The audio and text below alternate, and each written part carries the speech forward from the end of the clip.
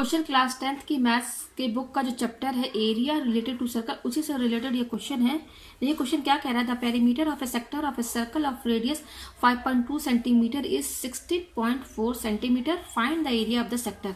यहाँ पे क्या बता रहा है, जो सेक्टर है ना उसका पेरीमीटर कितना दिया हुआ है, पेरीमीटर दिया हुआ है 16.4 सेंटीमीटर, और उस सेक्टर जो सर्कल है वो क्या है, उसका रेडियस क्या है 5.2 सेंटीमीटर। तो यहाँ पर क्या निकलना है, हमें सेक्टर का एरिया निकालना है। ठीक है, तो यहाँ पर कौन से सेक्टर की बात हो रही है, मेजर की माइनर। जब सेक्टर का कोई नाम यहाँ ना दिया हो तो यहाँ पर जो एरिया हम निकालेंगे वो हम माइनर सेक्टर का यहाँ पे निकालेंगे। तो सबसे पहले हम सर्कल बना लेते हैं, ये सर्कल। ठीक है, ये सर्कल हो गया, ये सेंटर ओ हो गया। ठीक है, माइनर सेक्टर कैसे बनता है, ये होता है माइनर सेक्टर।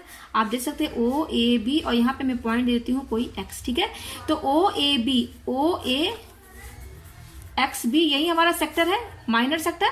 हमें इसी का एरिया निकालना है। ठीक है, इसका area of O A X B. ठीक है, हमें ये एरिया यहां पर निकालना है। और रेडियस कितना दिया हुआ है, रेडियस दिया हुआ 5.2 सेंटीमीटर। और पेरीमीटर ऑफ सेक्टर कौन सा, माइनर सेक्टर, इसका पेरीमीटर कितना दिया हुआ है 16.4 सेंटीमीटर। ये देखिए 16.4 सेंटीमीटर। ठीक है, तो देखिए यहाँ पर हमें ये निकालना है, ये एरिया इसका निकालना है। ये सेक्टर जो है एरिया ऑफ माइनर सेक्टर, और एरिया ऑफ माइनर सेक्टर का फॉर्मूला क्या होता है, area of sector O A X B क्या होता है, θ/360 इंटू पाई आर स्क्वायर, यही फॉर्मूला होता है। अब यहाँ देखिए रेडियस तो दिया हुआ है 5.2 सेंटीमीटर, लेकिन थीटा नहीं दिया हुआ, तो यहाँ हमें थीटा निकालना होगा कि ये एंगल कितना यहाँ बनना है। ठीक है, लेकिन हाँ थीटा कैसे निकालेंगे वो हम किसकी हेल्प से निकालेंगे, क्योंकि यहाँ पे दिया हुआ पेरीमीटर दिया हुआ, पेरीमीटर ऑफ सेक्टर। पहले इसका मतलब समझ लीजिए, perimeter of sector minor sector क्या है हमारा ओ ए एक्स बी। तो यहाँ पर मैं जो ये माइनर सेक्टर है ना, मैं इसका केवल यही बनाती हूँ। ठीक है, ओ ए और ये एक्स बी, तो पेरीमीटर कितना दिया हुआ है 16.4 सेंटीमीटर। यहीं पे स्टूडेंट कंफ्यूज जाते हैं, ये पेरीमीटर किसका बता रहा है, ओ ए एक्स बी का। ये पूरे का लेंथ टोटल कितना आ रहा है, इसका पूरा लेंथ कहाँ से, ये लेंथ और ये लेंथ, इसका मिलाकर का टोटल कितना है पेरीमीटर, वो 16.4 सेंटीमीटर दिया हुआ है। पेरीमीटर क्या बताता है, जो आपका गिवन फिगर दिया हुआ उसका पूरा टोटल लेंथ वही पेरीमीटर बताता है। तो पेरीमीटर इस सेक्टर का दिया हुआ 16.4 सेंटीमीटर। अच्छा, पेरीमीटर कैसे निकाला है इसने, ये आर है, ये रेडियस है, आप देख सकते हैं ये रेडियस है ना, ओ ए और ओ बी क्या रेडियस है, ये ओ ए और ओ बी क्या है, ओ ए और ओ बी क्या है रेडियस है। फिलहाल मैं इसको आर से ही डिनोट करती हूँ, रेडियस दिया हुआ है लेकिन मैं अभी आर से डिनोट कर रही हूँ। तो देखिए पेरीमीटर इसका अगर हमको पेरीमीटर निकालना हो तो कैसे निकलेगा, ओ ए, ठीक है, ये लेंथ प्लस ये क्या है आर्क है, आप देख सकते हैं ना आर्क है, तो ये आर्क है, तो मैं इसको लिख देती हूँ ए एक्स बी, इसका भी लेंथ हमें निकालना है, प्लस ओ बी, यही पेरीमीटर होगा ना, इस पूरे फिगर का पेरीमीटर तो ऐसे निकाला जाएगा। और ये इसका वैल्यू कितना दिया हुआ है 16.4 दिया हुआ है। ठीक है, अच्छा ओ ए कितना दिया हुआ है आर, ठीक है, प्लस अच्छा ओ बी कितना दिया हुआ है, वो भी आर है। आर ए एक्स बी आप कैसे निकालेंगे, ये ए एक्स बी, ये इतना जो दिया हुआ है इसका लेंथ। तो आपने एनसीईआरटी की बुक में एरिया रिलेटेड टू सर्कल में फॉर्मूला एक पढ़ा होगा, length of the arc A X B, इसका लेंथ निकालने का फॉर्मूला बताया है ना, इतने का कैसे निकलेगा, उसका फॉर्मूला होगा एनसीईआरटी में है length of arc A X B. यहाँ पर ये ए एक्स बी आर्क के फॉर्म है ना, कर्व शेप बना हुआ है ना, तो इसका लेंथ निकालने का फॉर्मूला क्या बताया, θ/360 इंटू 2 पाई आर, यही है फॉर्मूला में। ठीक है, अगर हमें ए एक्स बी का लेंथ निकालना है तो फॉर्मूला ये है। तो यहाँ पर जो इसका लेंथ है आर्क ए एक्स बी का वो क्या है, यही है, तो इसकी जगह हम क्या रख देंगे θ/360, ठीक है, इंटू 2 पाई आर, यही होगा।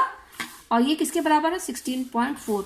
ओ ए आपका आर है, ओ बी भी आर है, ये ए एक्स बी जो है आप फॉर्मूला जो है यहाँ मैंने बता दिया, ये फॉर्मूला एनसीईआरटी में दिया हुआ है।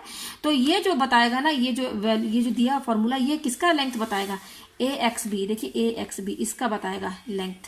तो पेरीमीटर हमें चाहिए तो हमें इसका भी तो लेंथ चाहिए ना, तो ये हम इस फॉर्मूले के हिसाब से निकालेंगे, और फॉर्मूला मैंने यहाँ पे लिख दिया है। ठीक है, तो अब देखिए ये आर और ये आर क्या हो जाएगा, 2r हो जाएगा। ठीक है, प्लस ये क्या है θ/360, देखिए ये डिग्री है आपका एंगल है, तो यहाँ ये लगाएंगे डिग्री, इंटू 2 पाई आर, यही होगा ना, इक्वल टू 16.4, ये हो गया हमारे पास। ठीक है, अब देखिए आप आगे क्या करें, तो देखिए यहाँ पर आर की वैल्यू कितनी दी हुई है, रेडियस दिया हुआ है ना 5.2 सेंटीमीटर, तो यहाँ आर की जगह पर हम क्या लिखेंगे 5.2, तो यहाँ लिख दीजिए 2 इंटू 5.2 लिख दिया, plus theta upon 360 into 2 into pi की वैल्यू क्या होती है 22/7 इंटू रेडियस कितना दिया हुआ है 5.2, ये लिख दिया मैंने, इसकल टू 16.4। ठीक है, तो अब इसको सॉल्व करते हैं, तो मैं दिखाती हूँ इसको सॉल्व करके आपको।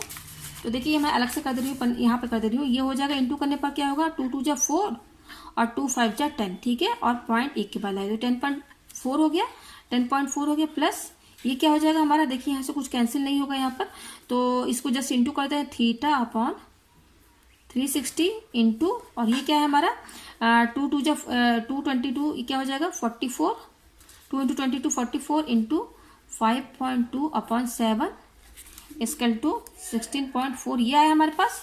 अब देखिए आगे क्या करेंगे, पहले हम ये दोनों इंटू कर देते हैं 44 और 52। ठीक है, यहाँ पे इंटू कर देते हैं, तो ये हो जाएगा 2 4 जा 8, 2 4 जा 8, 5 4 जा 20 का 0, 5 5 20 और कैरी 2 22 हो गया, तो 8 8 2 2 ये आ गया।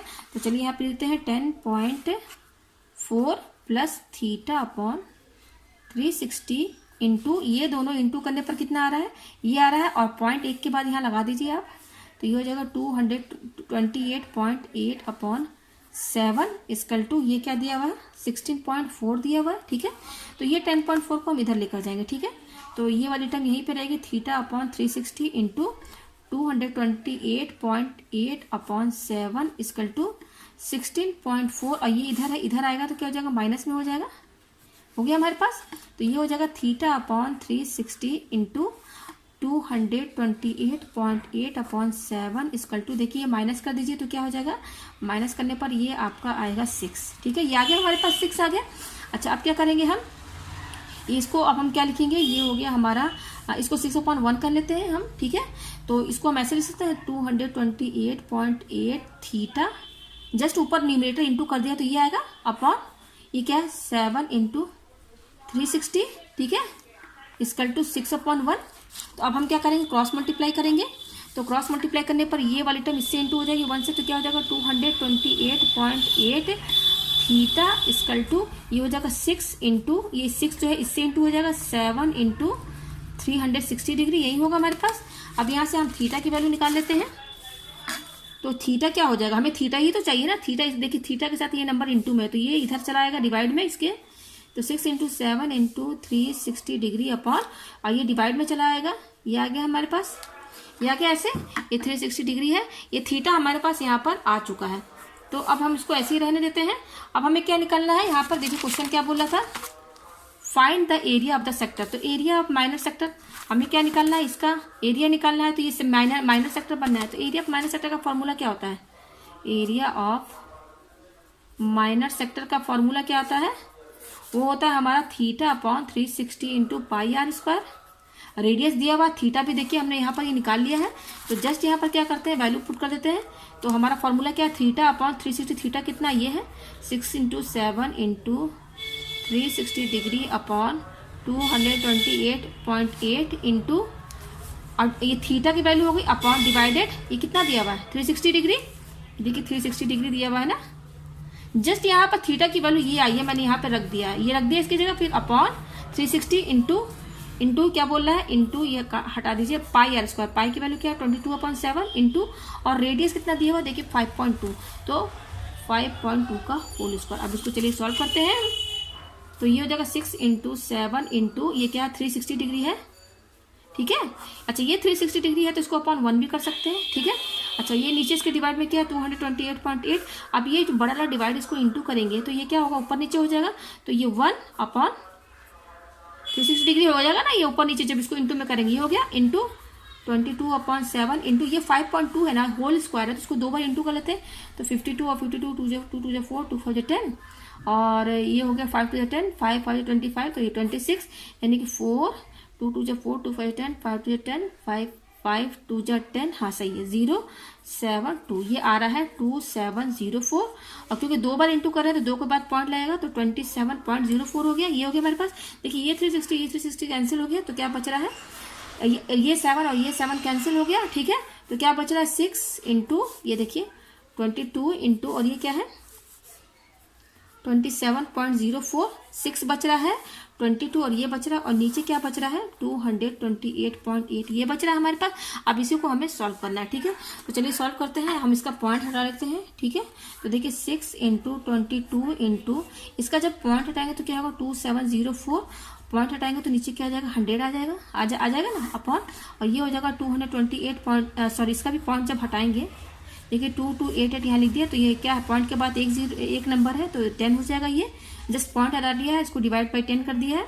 अब इसको सॉल्व करते हैं, ये हो जाएगा 6 × 22 इंटू 2704 अपॉन 100, ठीक है ना। ये अपॉन 100 इस डिवाइड को इंटू में करेंगे, ये डिवाइड को, तो ये चीज ऊपर नीचे हो जाएगी, तो 10 अपॉन 2288 यही आएगा हमारे पास, ठीक है। आ गया। अब क्या करेंगे 10 10 जा 100 कैंसिल हो गया। अब देखिए ये 2 से कट जाएगा, 2 1 जा 2 और 2 5 जा 10, ये आ गया हमारे पास।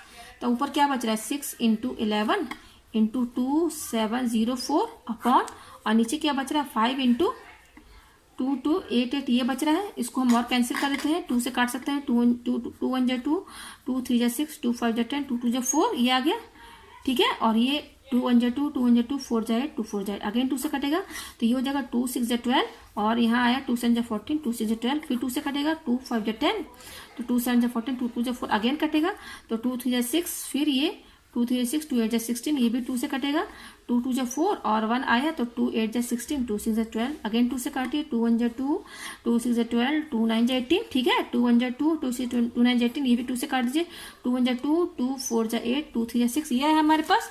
तो हमारे पास काटने पर नंबर टोटल क्या आ रहा है, मैं यहाँ लिख देती हूँ, ये आया हमारे पास 6 × 11 इंटू काटने पर देखिए ये 2 नंबर काटते काटते देखिए कितना आया 169 अपॉन, और नीचे क्या 5 इंटू, और ये क्या है 143 है। तो ये हमारा किससे कटेगा, ये शायद नहीं किसी से नहीं कटेगा, आप सीधे सब ऊपर इंटू करके डिवाइड कर लेते, तो 11 6 क्या हो जाएगा 66 × 169, और नीचे क्या है इसको इंटू कर लेते हैं, तो 5 3 जा 15, ठीक है, और 5 4 20 यानी कि 21 कैरी 21 हो गया, 5 1 जा 5 715, ये भी इंटू कर लेते हैं, तो 169 अपॉन 66 है, ये हमारे पास इंटू कर लेते हैं, 6 9 जा 54 का 4, 6 36 36 और 5 41, 6 1 जा 6 10, उसी तरह से 4 1 0 1 ये आया 4 5 1 1 1, तो ये कितना आ रहा है ऊपर वाला इंटू करने पर ये आ रहा है इतना आ रहा है, ठीक है, अपॉन 715 ये आ गया। अब चलिए डिवाइड कर लेते हैं इसको, तो डिवाइड करने पर कितना आएगा ये आया, तो मेरे ख्याल से ये 1 टाइम्स जाएगा, ठीक है। तो 5 में से 5 गया 0, ये भी 0, और ये 11 में से 7 गया 4 बचा, एक 4 यहाँ से उतार लेते हैं, तो ये जाएगा 5 6 यस 5 टाइम्स जाएगा, 5 टाइम्स जाएगा, तो 5 से इंटू कर लेते हैं, 7 1 5 5 5 5 25 का 5 7 5 35 यस 5 टाइम्स जाएगा, तो 5 टाइम्स जाएगा तो क्या आएगा 3 5 7 5 आएगा, माइनस कर लेते हैं, 4 में से 5 नहीं जाएगा तो कैरी लेंगे ना 9, यहाँ बचा 9 में से 7 गया 2, यहाँ बचा 9 में से 5 गया 4, ठीक है ये आ गया।